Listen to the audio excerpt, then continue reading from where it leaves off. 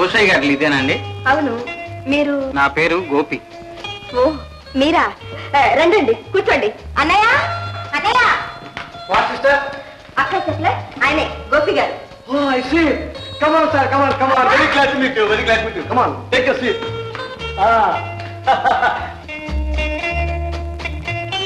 ఏమిటండి అలా చూస్తున్నారు? ఏం లేదు, నాగరికతలో మీరు చాలా ముందడుగు వేశారు. అఫ్కోర్స్ ఆ మాట మా తాతయ్య అంటే నేను ఎంతో సంతోషించామండి. వచ్చేసరే. వా సిస్టర్, నువ్వు ఉత్తరం రాయటం ఆయన రాకపోవటం నా. మా తమ్ముడు మోహన్. అఫ్కోర్స్. అక్క తాతయ్య వస్తున్నారు.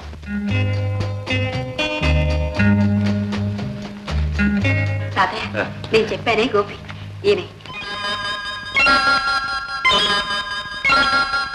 నమస్కారం.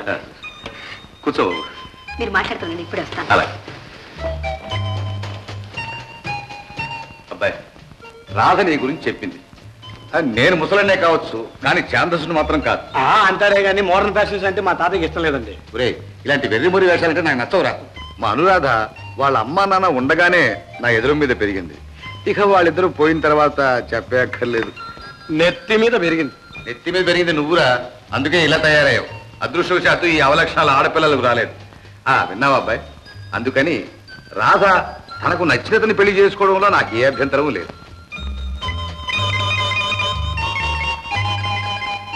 తాతయ్య టిఫిన్ కాఫీ రెడీ, మీరు రావచ్చు. మేము రెడీ. ఏమబ్బాయి, అడిగితే అట్టకదంటారు, నీకు అలాంటి అభ్యంతరం ఏమైనా? Very good. అయితే పద, కాఫీ తీసుకుంటూ మాట్లాడుకున్నాం. రా బాబు రా, కూర్చో. కూర్చోండమ్మా, మీరు కూర్చోండి.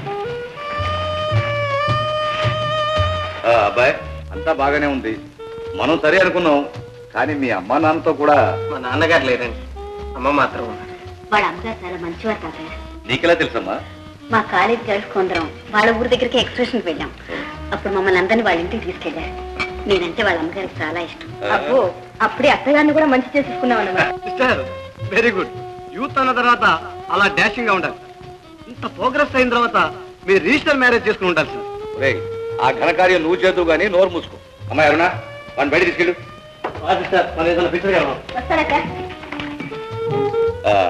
మీ అమ్మగారి పేరు? రుక్మిణమ్మ అండి.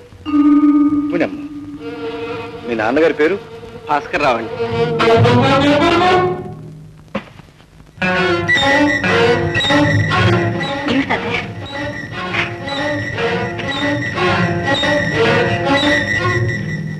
తండ్రి హంతకుడు. గారు, అంతకన్నా ఎక్కువ నన్ను మాట్లాడించు. వెళ్ళు.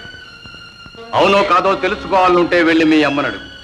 నీతి నిజాయితీ కలిగిందైతే కనీసం నీకైనా నిజం చెప్పు. వెళ్ళి వెళ్ళి కనిచే.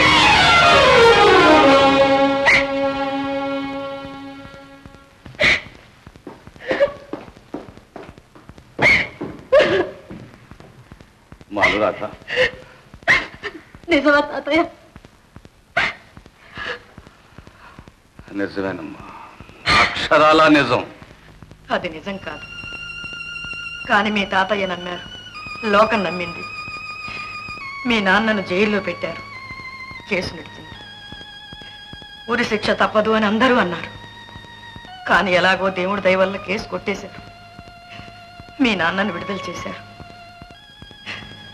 లోకానికి ముఖం చూపించలేక ఆయన ఇల్లే జైలు చేసుకుని ఆ అవమానంతో కుళ్ళి కుళ్ళి కృషించిపోయారు.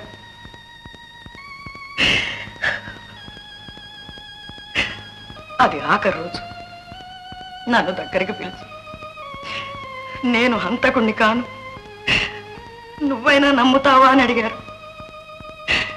నమ్ముతానండి, నమ్ముతాను, దేవుడై వచ్చి కాదన్నా నమ్ముతానండి అన్నాను. రుజువు చేయలేనంత మాత్రాన నిజం నిజం కాకపోతుందా? ఈ నిజం నీకైనా తెలుసుండని అని ఈ ఫోటో ఇచ్చారు.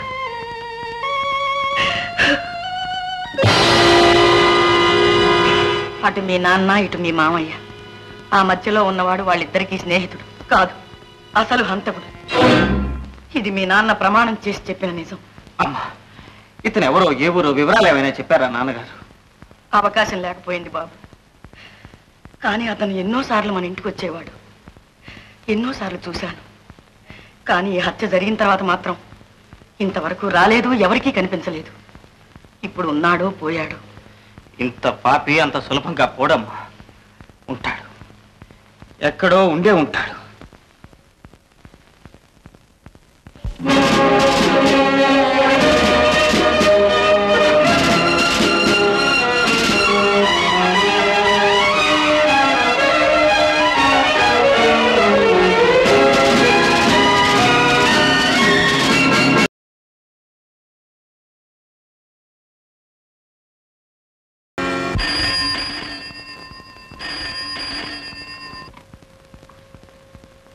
Yes speaking. ఏమిటి? Special CID sir. ఏడి sir? No fears. Okay okay. ఎవరు? మన మార్కెటింగ్ ఏజెంట్. ఏమిటి కబుర్లు? మనల్ని పట్టుకోవడానికి స్పెషల్ సిఐడిస్ ని వేస్తున్నారు.